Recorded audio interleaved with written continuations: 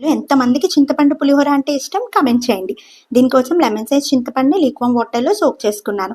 ప్యారలల్‌గా కుక్కర్‌లో 2 cups rice మంచిగా వాష్ చేసి పసుపు వేసుకొని 4 విజిల్స్ పెట్టేశాను. ఆఫ్టర్ 4 విజిల్స్ ఇలా ఒక బౌల్‌లోకి ట్రాన్స్‌ఫర్ చేసుకున్నాను.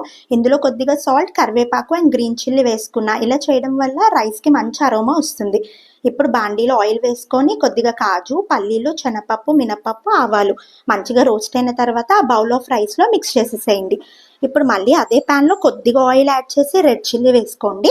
ఇప్పుడేంటంటే చింతపండుని గుజ్జు కొద్దిగా థిక్‌గానే తీసుకోండి. ఇలా నెట్‌లో తీసుకున్న తర్వాత దీన్ని పక్కన పెట్టి రెడ్ చిల్లీ దాంట్లో ఫ్రై అయ్యాక కొద్దిగా కరివేపాకు, గ్రీన్ చిల్లీ, ఈ పులుసు ఉంది కదా అదంతా వేసుకొని మంచిగా మరిగించుకోండి.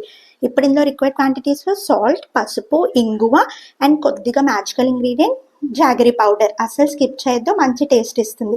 ఇలా దగ్గరికి అయ్యాక రైస్‌లో మిక్స్ చేసుకోవడమే. వెళ్తూ వెళ్తూ లైక్ ఇచ్చి వెళ్ళిపోండి మరి.